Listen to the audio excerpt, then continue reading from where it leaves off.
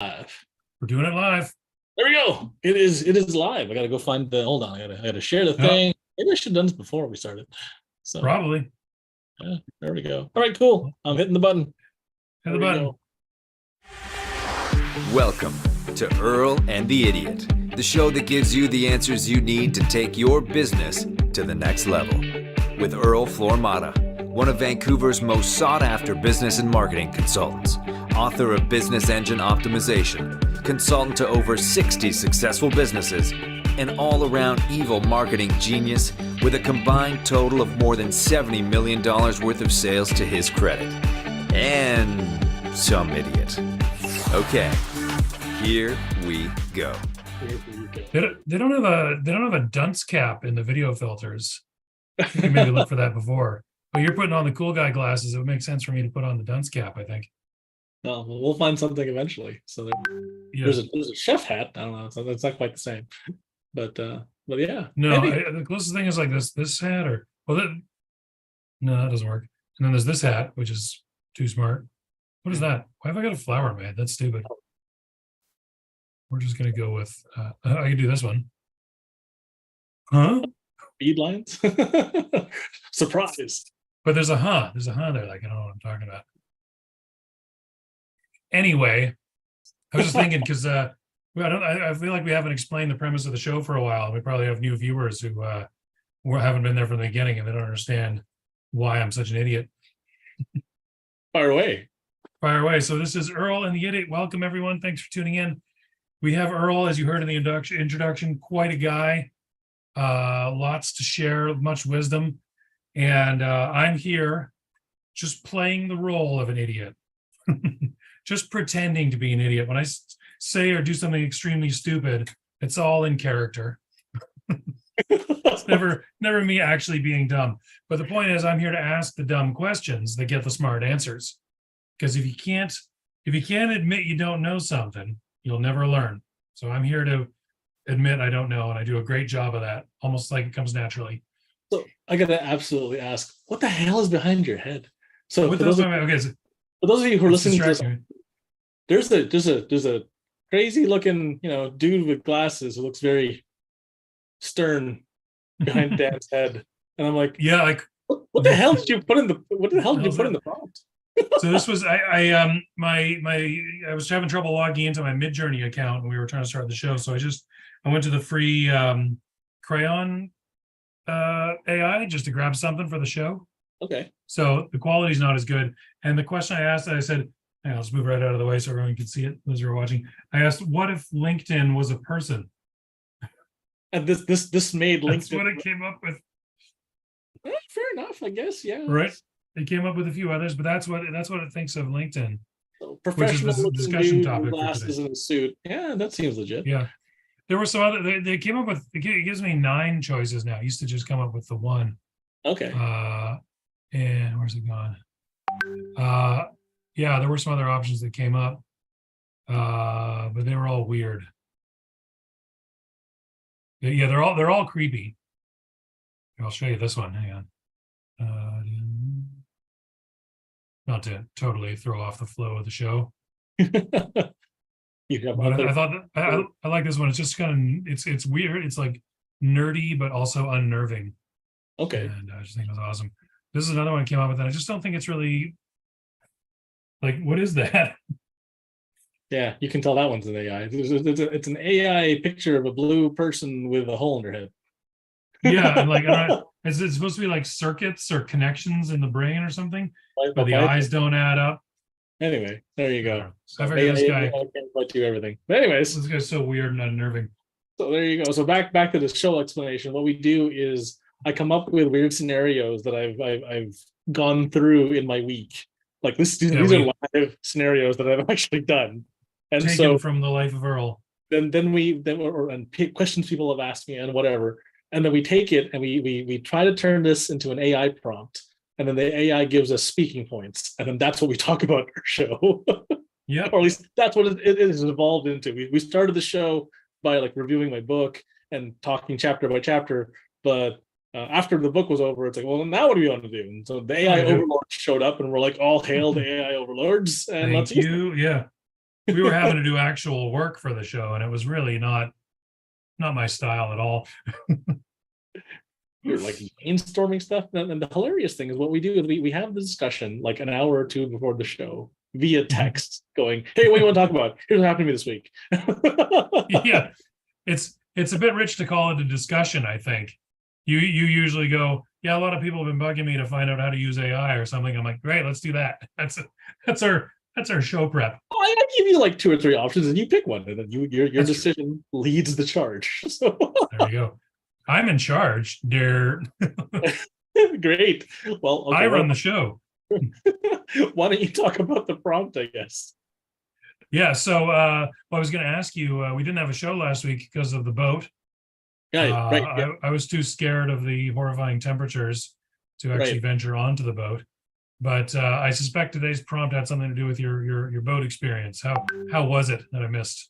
The boat experience was fantastic. About 100 people showed up, even though it was sweltering hot. Nice. One poor dude showed up in the full suit because he's like, but it's a Oh, yacht. I'm like, I'm sitting there in shorts and the polo going, You fool. You don't wear a 3-piece suit to a hot ass boat. No, right? So yeah, no. But anyways, I've almost mastered the timing. So there's like, I mean, we've been in the boat so many times throughout the entire year. So I know all the spots where the shade goes, and I know where the shade moves throughout the time. And so what happens is that I drag people to the front of the ship during certain times when it's awesome because that's where the shadow is. And so everyone goes, where the hell did Earl go? And then everyone goes, oh, he's over here. And then everyone kind of migrates to that area. And slowly but surely, the sun starts to creep up. And as the sun starts to creep up, about the 75% mark, I excuse myself and run to the other side of the boat. And everyone's like, where did Earl go? Everyone finds me. They go, hey, who's over here? Everyone migrates. They're like, why do you go from this side to that side? I'm like, shade. I kind of feel like in that description of your behavior, you snuck in a little humble brag about how everyone follows you around all the time on the boat. But it's true. It's part of the structure though. Like you get them to follow you around, but everyone's listening to you, right? So it's like yeah. So it's part of the social proof routine, right? So yeah. So here's a bonus hack of the week. Before the hack of the week, here's the bonus hack. There is a crazy book that I used to make all my salespeople read, and it was called The Game by Neil Strauss. And it teaches you pickup lines, and how to be, the life of the party. And one of the things in the book talks about social proof. And part of the social proof bit is when I get people to follow me around the boat. So when people follow me around the boat, everyone's like, where the hell did Earl go? And then everyone comes to find me. Mm-hmm. That social proof chunk gets you more popular because everyone, because you're getting, high-fived or hand-shook or whatever a couple times in mid-conversation with other people, those people pay more attention to you because you're the one getting your hand shook and high-fived than everything else, right? So anyway, secret ninja trick 101, read the game. Oh, man. And then just try to be the most interesting, helpful person ever. Everyone wants to talk to you. So see, I think in that case, Earl, I think you've earned that social proof. Like you've put in the time to develop enough connections that everybody comes up and high fives you and shakes your hand every 5 minutes at every function. That's not a trick. You've actually earned it. It's actually come by honestly. Yeah, but that it took years to cultivate. But but most people forget that once you've done it, hey, use it, right? Mm-hmm. So there you go. Anyway, there's your extra hack of the week, extra bonus hack of the week. Extra bonus hack. There's for us lesser mortals. What I think would be good is like if you see someone who's a friend and they're in a conversation with somebody, you're actually doing them a favor if you just come by and say, hey man, good to see you, you're a great guy, and walk away or whatever, Absolutely. I do it all the time. Yep. Yeah.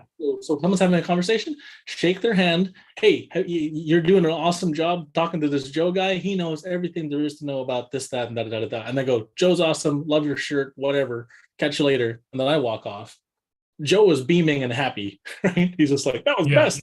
Because I've just socially, proved him, right? So, and if you just do that back and forth repeatedly, everybody loves you. And you were saying for quote unquote mere mortals, back before I had put in the work, back before I put in the time to do this, what I did was I went to networking events with a buddy. And this is my buddy Jason. I miss working with him. He moved to the interior, so obviously it's too far for either of us to get to for a networking event. But what happened was I just talked Jason up the storm. He would talk me up the storm, and we'd sit on opposite ends of a room and just keep chucking people at each other.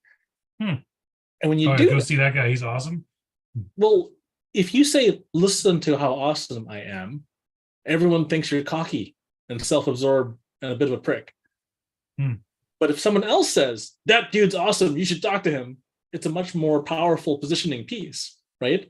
So, and because both of us were nobodies, when we went out to these events, what happened was we just talked each other up, right? And it was legitimate. Like Jason was a better networker than me. He was better at me at certain things, at just certain pieces. So I would just talk up those strengths that he was good at better than me. And then he would do the same for me. I was better than him at systems or whatever else. And he would talk up the system stuff and go, you need to talk to Earl if you want to VA or whatever it was.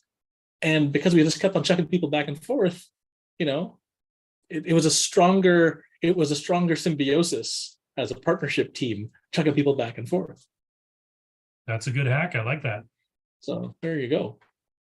Just don't do it if you're that guy who showed up at the boat looking like Jeffrey Dahmer. A vote from him wouldn't help. No, then everybody would go and run away from you. So. Yeah. All right, cool. So did this come out of boat activities or from somewhere else, today's topic? Somebody asked me, I can't remember which group it was in, how to use LinkedIn to get more customers and whatnot. Mm-hmm. And oh, it's super easy. Here, watch this. And so I shot a quick video of, so I used Gary Vaynerchuk's buck 80 method. I know I've talked about that previously on the show. Yeah. And just for giggles, I just did it. I went on LinkedIn, typed in a hashtag, scrolled up and down a bunch of times until I found the most engaged conversation, dropped a comment in that conversation. And so inside the conversation, what happened was that, how do I explain this? I just put some information in and made it go. And then when I made it go, I ended up talking with them, having a conversation one-on-one with this person because I complimented them on their post. And now we have a meeting on Monday. And that model, that method, that technique just works. So there you go. Okay. So I'm glad we're talking about this. Actually, I kind of selfishly picked this topic because I want these answers. You want these? Losing it. You still there? Going. I just closed the door because people are working downstairs here, and I didn't want like the drill crazy construction sounds going in the background. So I was hoping maybe Lily was coming in. Yeah, I got to do one of these shows upstairs one of these days. So when my kids aren't home and when my wife isn't home, I'll do the show upstairs one day, and Lily will be the guest of honor. All right. So okay, that sounds good. We'll do that. Yeah. So every now and then I'll take a run at it. But geez, here at LinkedIn, people always talk about success on LinkedIn. I'm going to take another run at this. I'm taking probably 3 or 4 good runs at. I'm going to try and really develop my network on LinkedIn. I'll get the 30-day free trial of the premium or whatever, and go for it. And I've never developed anything out of it. The only thing I've developed out of it is people contacting me going, hey, I noticed that you're a marketer. If you want to get top quality leads without having to blah, blah, blah, I really want to make life easier for you. And then 3 or 4 times going, haha, hey, just checking in, man. Did you get my last message? And, oh, geez, I don't want this to get lost in the shuffle. Ha, ha, ha, ha. Like just this cloying, sickly sweet broing. They call it broing, Broing. Yeah. And I've never developed a decent lead out of LinkedIn. So I want to know the secrets. That is not how to do it. So that okay, is good. So like don't do it. Hey, actually, you know what? Why don't you read today's prompt? Because that's literally why I wrote the prompt the way I wrote the prompt. Yeah. It's pretty funny. It's very specific, right? So today's prompt is acting for this. We instructed AI, acting as an expert. What are industry best practices to utilize LinkedIn for organic growth in a business without being spammy and annoying? So don't be the bro. Don't be the bro. Hey, bro. Hey, man. Just wanted to drop you a line and tell you what's going on, bro. So yeah, that's funny. I think if I built a CRM for LinkedIn, I would have a hashtag LinkedIn bro, and I would just stick them in the corner and then never engage with them. LinkedIn bro, yeah. Like if we've never talked before, this is my own personal beef. I don't know if everyone else's. If we've never talked before, don't pretend like you care about me. Yeah. You know what I mean? Not that you should be rude or something, but get to the point. Yeah, right. Exactly. Right. You, Absolutely. you don't care how my day was. Just like, what are you doing here? Well, that, and I know I've brought this phrase up a bunch of times. Maybe, I mean, if no one's trademarked it yet, maybe I should just go for it. Flowers before sex in the Bahamas, right? Flowers before sex in the Bahamas. You don't go to random people on the street and ask them, "Hey, you want to have sex in the Bahamas?" You'll get slapped a couple times, and if some person actually says yes, so because you date them first. You have a coffee date first, right? And then maybe you go on like a lunch date, and then maybe you go on a dinner date. Maybe, after dating them for a while, maybe you then go have sex in the Bahamas. But you don't just go randomly asking people, "Hey, I want to have sex in the Bahamas," off the bat on the first cuff, right? Like that's weird, right? And that's what LinkedIn broing is like, right? It's just like, asks absolute complete strangers, "Hey, want to buy my stuff? You don't know me from a hole in the wall. I don't know you from a hole in the wall. I don't know a thing about you, but you probably want this, don't you?" Oh, what a terrible pitch. Right? Yeah. But I mean, like, if they came at me with something like, "Hey, bro." No, if they didn't say, "Hey, bro," like, "Hey, I see you're a marketing company. Are you having trouble getting leads?" That's fine. I mean, I can be like, "No, I got more business than I know what to do with right now. Thanks." Or if I was having trouble with leads, like, "Yeah, I am. You got something for me?" "Sure do. Here's the blah. Now we're talking." You know what I mean? Yeah. Just cut straight to the thing. There you go. Don't give me the wall of text. All right. Speaking of walls of text, we got a lot of points to get through here. Let's go. That was a solid segue, wasn't it? Wasn't that good? All right. Jump right in. Let's dive right into what AI thinks is the best practices for using LinkedIn without being spammy and annoying. Number 1, optimize your profile. Before you engage in any outreach or content sharing, ensure that your personal and company profiles are complete, professional, and up to date. Use a high quality profile picture, write a compelling headline, and create a well-written summary that highlights your expertise and what your company offers. Absolutely. Agreed with that 100%. First things first, have a damn picture. And make sure the picture isn't you holding beers at the beach, right? Oh my God. Have a professional, like, even if it's not like a headshot professional, stand against a blank wall wearing something nice and take a shot, right? It shouldn't be you at the barbecue, right? So optimizing your profile. Okay, so if you don't have a profile picture, I won't engage with you on LinkedIn, right? It just seems weird, right? It's called what do they have instead? Do they just have the sort of gray outline of a person? Yeah, just the gray outline of a head. Great. Yeah. If you don't have the care and concern to help me put a face to a name, I'm not going to do business with you, right? I don't know who you are. You could be a robot. You could be a scammer. You could be all sorts of things, right? Just slap a face on there, right? So number 1, fill out the profile. If there's a block to fill in, fill something in, right? It's super easy to do, because then we can get to know more about you. What's your experience? What are your life goals? What have you done in the past where there's something relatable, right? If there are those things, remember, it's not B2C or B2B, it's P2P, person to person, H to H, human to human, right? That's really what it is at the end of the day. People want to do business with other people, right? So if you don't have a picture, you don't have a profile, you don't have any information on you at all whatsoever. I saw this one guy with like zero information on his profile, just start straight pitching, right? There's your LinkedIn, bro. No. There he is. Optimize your profile. Absolutely. Now, this might be a whole nother conversation, but is it important in the profile to put some of your sales, some aspects of your sales pitch in your profile, like your offer should be there, or something compelling, not necessarily the full offer, but from your headline, I should know kind of who you are and what you do. Who do you help, right? So if you're coming on LinkedIn as a prospective person looking for a job, right? Write down what you're good at and put it out there. If you're coming on LinkedIn as a professional, as someone looking to help other companies, look as a freelancer or as a contractor or whatever, as your own business, then who do you help? Stick that in your damn profile. I help businesses like this grow from here to here, right?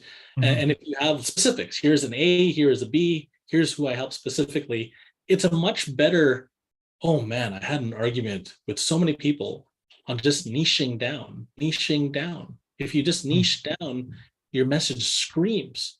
If you say, I help you if you have a pulse, nobody wants to talk to you because your message is so Mhm. generic and just blah, right? That's just the way it is. So yeah, optimize your profile. Your headline and your summary is super important. Super important. Let's go check what my headline is. My headline should be "World-Renowned Idiot," famous idiot. Mine literally says evil marketing genius. I get so many compliments on evil marketing genius. It's crazy. Like Yeah. I have absolute strangers going, dude, I love your title. Right. That's how you and I became friends. Yeah, there you go. Hmm. Actually, what was funny was before that, my old title was really important sales guy, or really important marketing guy. Right. Yeah. And when I had that, again, people, it stands out, right? So that, are you really a marketing guy? If you just say marketing guy, right? Like if you put the words really important, that makes it funny, tongue in cheek, a little more interesting. Yeah. Okay. Good. Define your audience. Number 2, clearly define your target audience, understand their needs, pain points, and interests, and tailor your content and engagement strategies accordingly. This is kind of what you were talking about with niching down. Well, yeah, because if you don't niche down, like I know a guy, he does SEO for dentists. That's it. I'm a doctor. Sorry, we can't help you. What? He Yeah. turns away Leave business. my office. Get out. He turns down business that is not in his niche, and then he farms it out to somebody else. He says, "Hey, this guy's a really good, doctor SEO guy. Go talk to him." Right? I have another. He only does SEO for gyms. That's it. Are you a gym or a personal trainer? Yes, I'll help you. If you're anything else, I sell poodles. Get out. Right? And so he won't help you. So defining your audience, a strong audience of 5,000 is way better than a crappy general audience of 500,000. Right? Yeah. Because of 5,000 of people who are actually engaged and actually pay attention. Like I've seen people with 500,000 followers, they post something, they get 3 likes and that's it. And I'm like, that's not right. Right. Mm-hmm. I've seen people with 1,000 followers, they post something, they get 100 likes. I'm like, oh wow, that's engagement, right? People actually listen to this person, this guy, this gal, whatever. 500,000 people and nobody's paying attention to your stuff, you're doing it wrong. So on the previous one there, you said, if you go out there saying we help anyone with a pulse. Yeah. I just for a second, I was like, what if someone came up to me and said that? My immediate response would be, you clearly don't know who I am. Yeah. Right. Not saying I don't have a pulse, but I'm saying like, I need more info. That's not enough info. Like, I don't know if you have if your approach or what you're trying to sell has anything to do with me at all. And I'm a pretty unique guy, as you probably learned.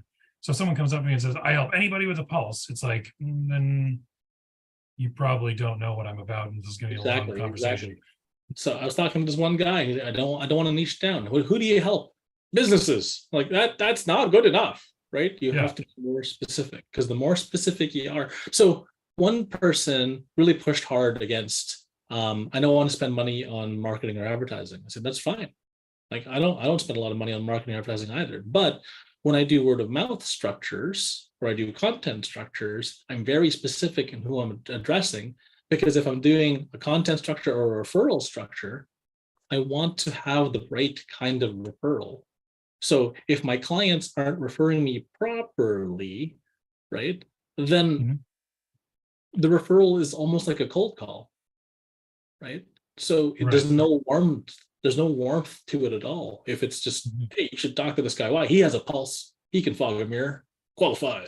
Right? That's not good enough. So why is defining your audience? Why is that one of these first steps, especially when you're going on LinkedIn? Like, because you can define your audience. You can search for people. So as an example, I like working with other marketing firms. I like working with accounting groups and bookkeeping groups. I like working with print shops. Those are like my 3 favorite niche markets to go after, right? So if I define my audience and I go after those types of people and I build an audience around those types of people that I want to work with, the content that I make is much harder hitting when it's more specific to that thing, right? And that's really all there is to it. Like I said, a smaller engaged audience who is more engaged is much more powerful than a very large aloof audience who doesn't even know who you are. Right. But so then if you do that, if you define your audience on LinkedIn, when you go with LinkedIn, you can actually filter your audience that you look for or try to connect with. You can actually say entrepreneurs between the ages of 40 and 50, living on Aleutian Islands or something like that.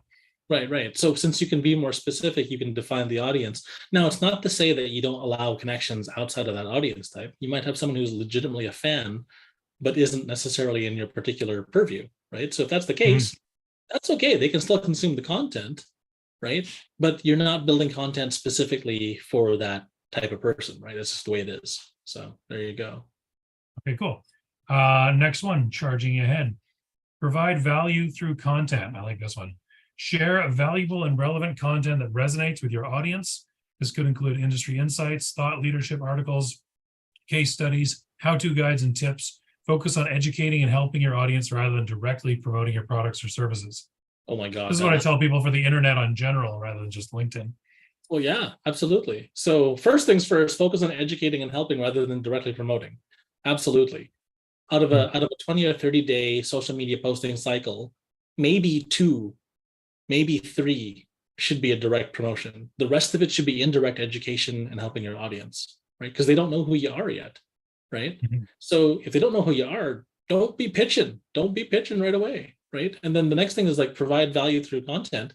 If you're sharing valuable content, now this goes back a notch, right? We defined our audience. If I'm specifically saying, hey, marketing agencies, you should check this out. This is a way to grow your business without costing you any extra money. Here's how, blah, blah, blah, marketing ninja secret trick, right? Cool. But if it only pertains to marketers, they feel special, they feel heard, they feel unique. Whereas back to, I'll market to you if you have a pulse, everything you say is generic and vanilla and nobody cares. It doesn't make anyone jump out of their seat, right? So there you go. Yeah. And it's I think coming off as self-serving is annoying. What is it? What do we say? Spammy and annoying when you're self-serving. Spammy and annoying, yeah. Right. Well, I mean, if you want to kind of zig where people zag, let's go contrarian for a second, right? Instead of saying, here's how you do stuff, here's how not to do stuff, and make a wall of shame, right? Like, here are the worst websites Dan has ever seen, and then point them up, show them what the mistake is. Is your website doing this? Oh, right. And so what happens is that it's a bit of contrarian. It's still providing value through content. They're going, oh shoot, I make that same mistake. And then, as an example, for the longest time, everyone and their dog had a slider on the top of their website. It took up like 80% of the room below, above the fold. People were just putting crappy content in there without having a call to action. And I'm like, okay, that's the first thing people see. You're not making them an offer. You just have pretty pictures of hamburgers or whatever the hell you sell. That's not going to be useful. And sliders are slow as crap. So it slows down your website, makes Google angry. There's no content on there and the customer doesn't get anything out of it. Well, great. Now you have a big, beautiful pile of nothing, right? Yeah. So, one of my most successful articles of all time was the one I wrote about my blender. Your blender. Do you remember that? It was a long time ago when we first met.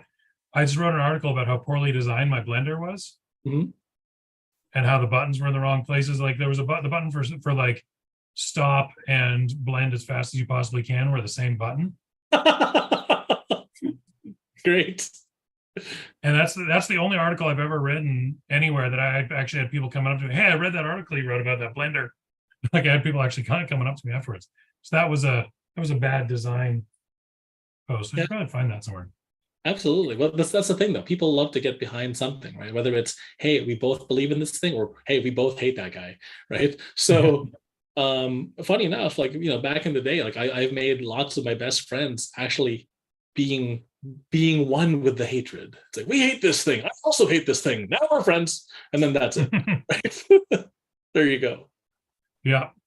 All right. Now you warned me at the beginning to charge through these, and I really haven't. But let's go on. Number 4.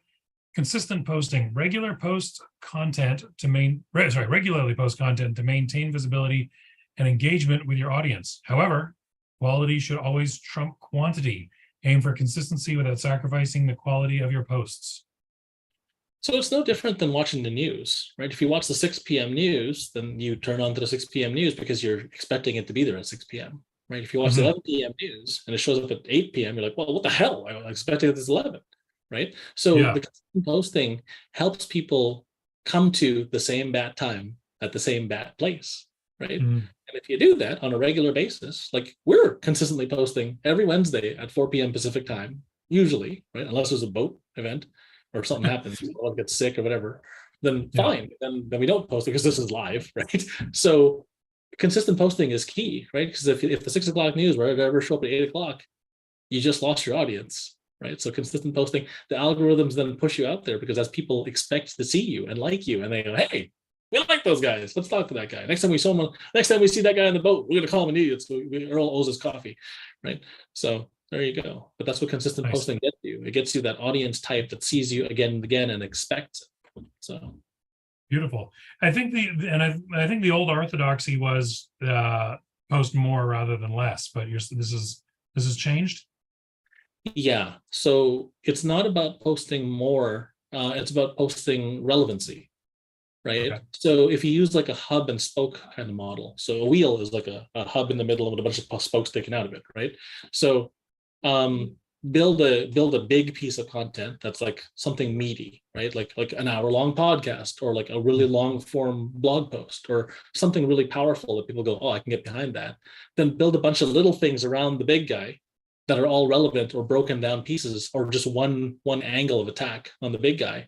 And when you start doing that stuff, what happens is that people then, I mean, that's where you get that consistency of structure, and you keep throwing people back at that same piece of content. And that's that hub and spoke model, right? So there you go. So that's one way to do consistent posting, staying relevant, staying on message, and going. Okay. Engage authentically. This is what it was. We were talking about my pet peeve at the beginning. Actively engage with your connections, post by commenting, sharing, and liking. Personalize your interactions to show genuine interest in the content and build meaningful relationships. Genuine interest. Well, this is why it's so key to have some crap in your profile. If your profile is empty and sad, how the hell am I supposed to talk to you? Right? What school did you go to? What interests do you have? Do you like music? I don't know.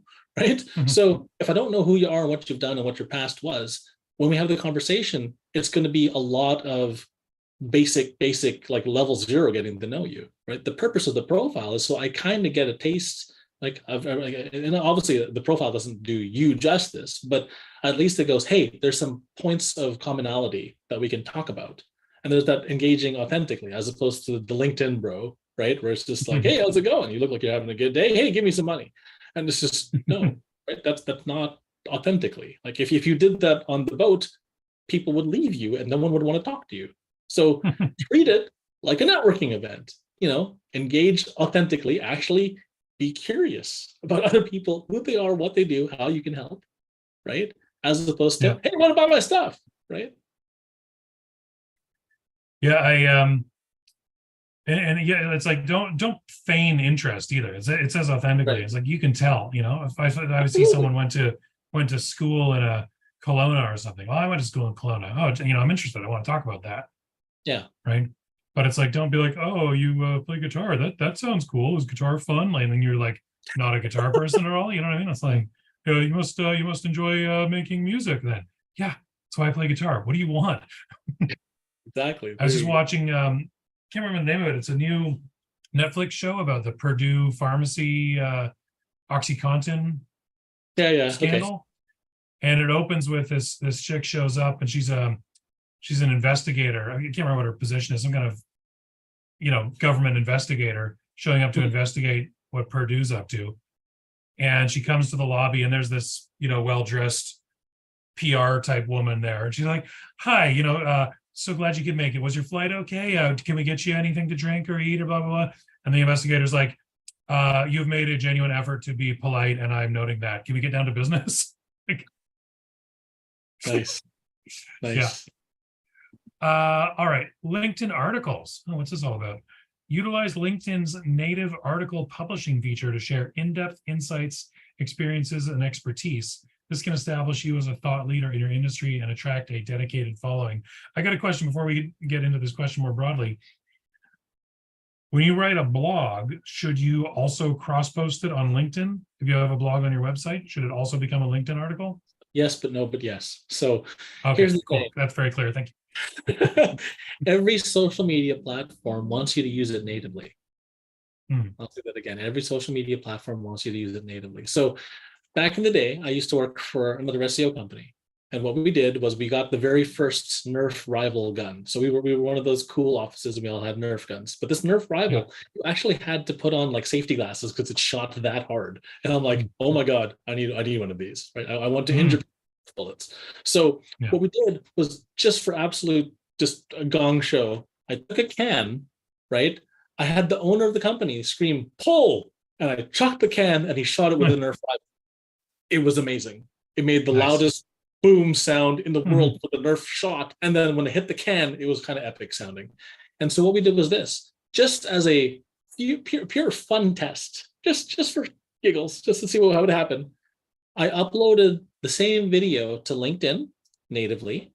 I uploaded it to YouTube, and then I uploaded it to like Vimeo as an example.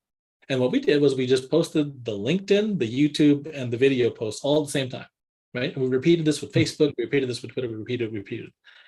The platform version, they'll tell you, oh yeah, don't worry, we treat everything the same. No, they don't. Okay. Anything that's been posted natively on the platform always does better by like a lot. It was like a 10x sometimes, like 10x the showing. And so when you ask me, when you build a blog post, should I post it on LinkedIn?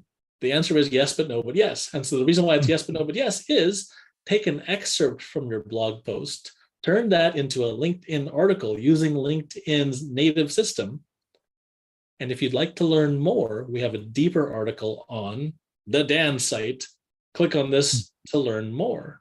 But because it's using the LinkedIn, native system, and it's a LinkedIn, and so what you do is you take a subset of the post, reword it, make it more specific to your target audience on LinkedIn, post a LinkedIn article. Then when you promote it, make a post that posts and points to your LinkedIn post. So we're going deep in Inception here, folks. It's the dream within the dream within the dream. Wait, I'm an idiot. Run that by me again. So we have the original blog post on excerpt on LinkedIn. We have an excerpt of that as a LinkedIn article. Then when you promote it later on, you make a LinkedIn post pointing to your article on LinkedIn, and the article links to the website. So there's your inception. Oof. Right? And the reason why they like it is because if you point to stuff natively, they will support you.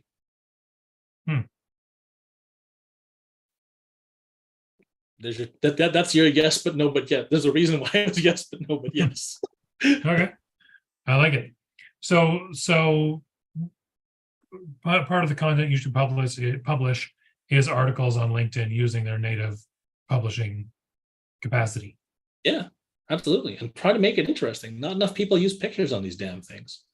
Right? The picture's 1,000 words. People will stop and look if you use a picture in your damn article. So make sure you have an article as a picture, right? I mean, there's no excuse to not have a picture anymore. Like, come on, Dan does this 5 seconds before we start and makes an AI generated image. Just put anything, because even the AI generated, now obviously it has to be relevant, right? If you're talking about spaghetti, we can't have a picture of a hippopotamus. That's not relevant at all, right? Unless it's a hungry hippo. I was literally going to say that, hungry hippo. There was this terrible meme. I'm probably going to get canceled for this, but it was I got kicked out of Weight Watchers. I dropped a bag of M&Ms. It was the best game of hungry hippos I've ever seen. Well, man, it was rough. I burst out laughing. I'm big, so it's like, oh, you know what? Earl's memes are not endorsed or condoned by the Earl and the Idiot podcast. Hey, there you go. But that made me feel a little weight conscious, and I'm like, you know what? I'm gonna go exercise now. So first I laughed, then I'm like, oh crap, I'm fat. And it's like, look in the mirror, I went bro. for a workout. So there you go. So the meme made me work out. The inspiration through shame. So, should we're really running up against the time here. We've got like half of them to go. Should we break this up into two?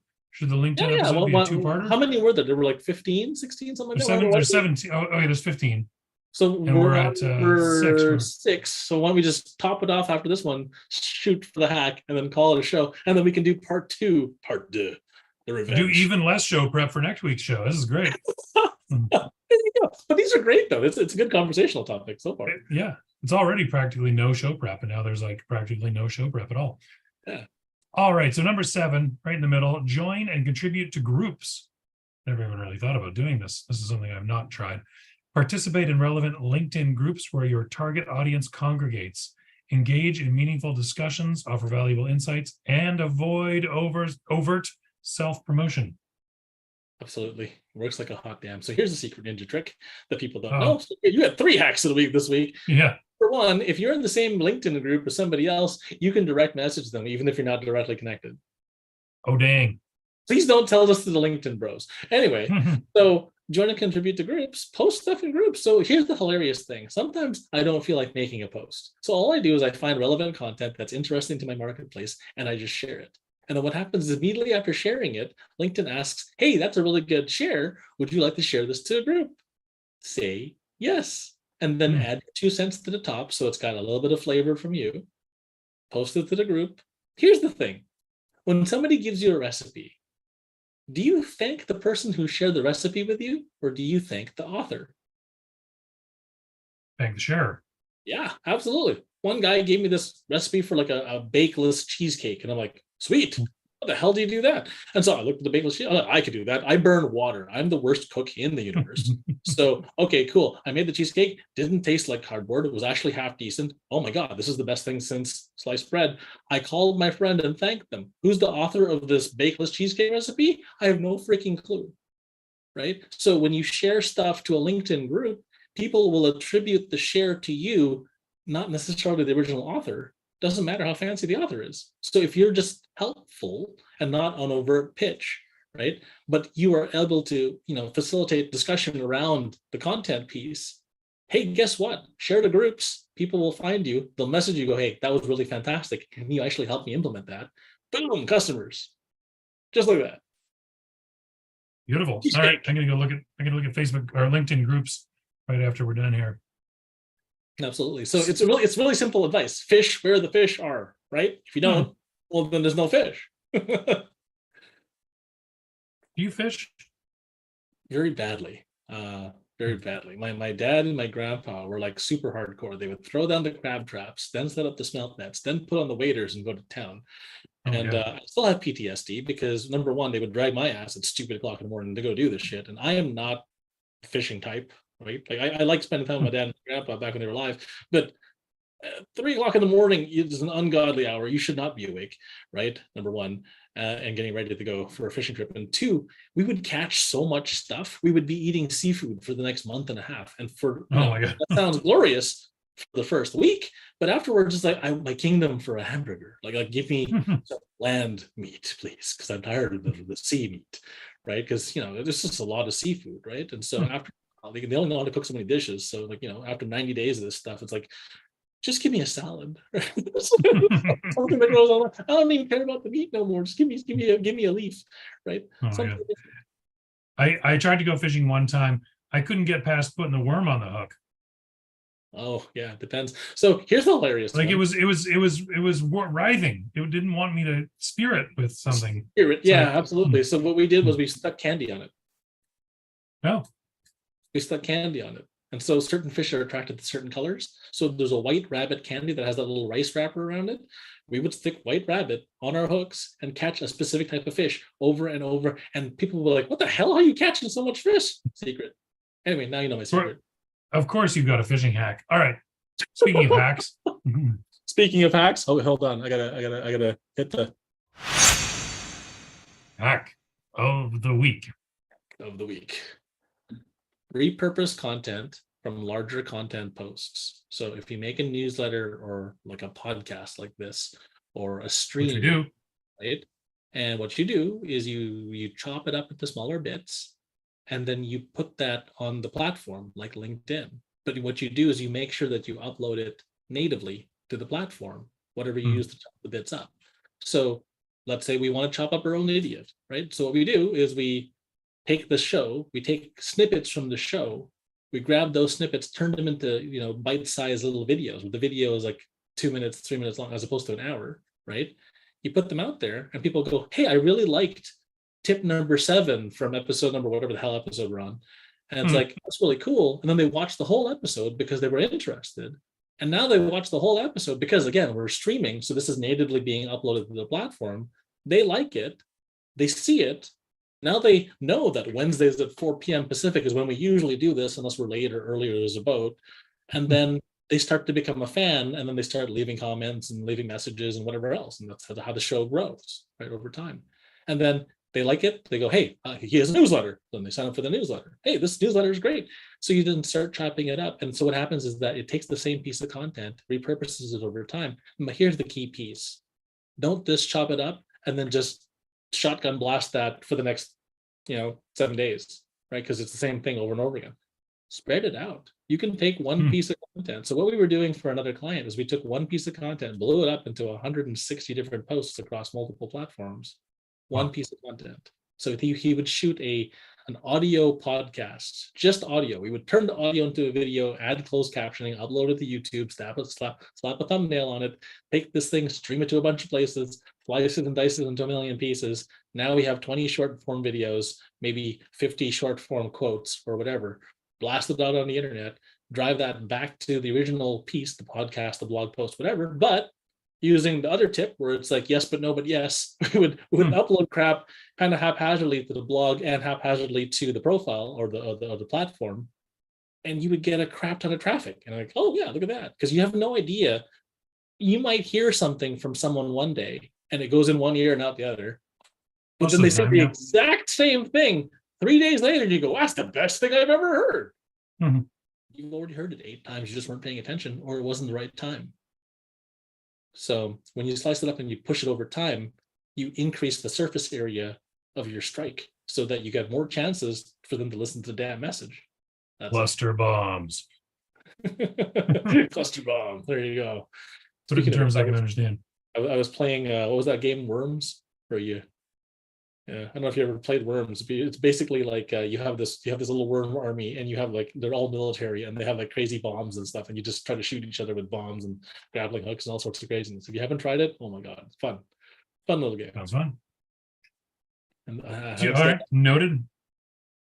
So yeah, that's the show, I guess. I guess we're just done. We just kind of ran out of steam right there. Show just rolled over a cliff.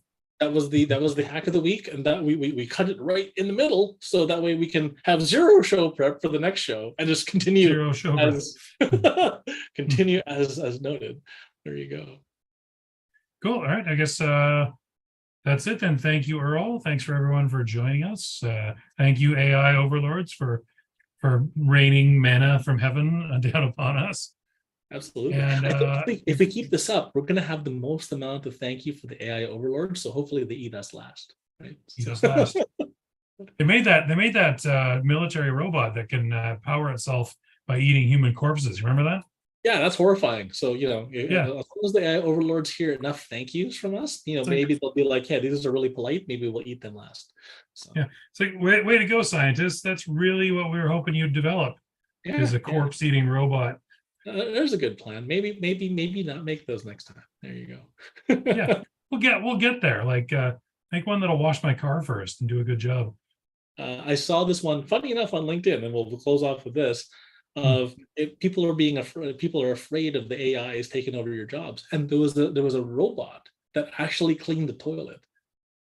Oh yeah. The bathroom, and I'm like, holy cow! I get that people are scared of AI taking their jobs, but this is one job I will happily outsource to robots. Where can I work? And my comment is, where can I buy one? Asking for a friend, right? So there you go. Anyway, that's a whole can of worms. So just play us out. You got the leaving song? I do indeed. All right, here we go. Hit it. Thanks for listening to Earl and the Idiot. We hope you learned something you can take action on this week. For more information or to contact the show, visit earlandtheidiot.com. And until next time, remember what Shakespeare said. The fool doth think he is wise, but the wise man knows himself to be a fool. We should do that. We should keep it backwards like that. Thanks, everybody. We'll see you next week. Cheers, everybody. Thanks.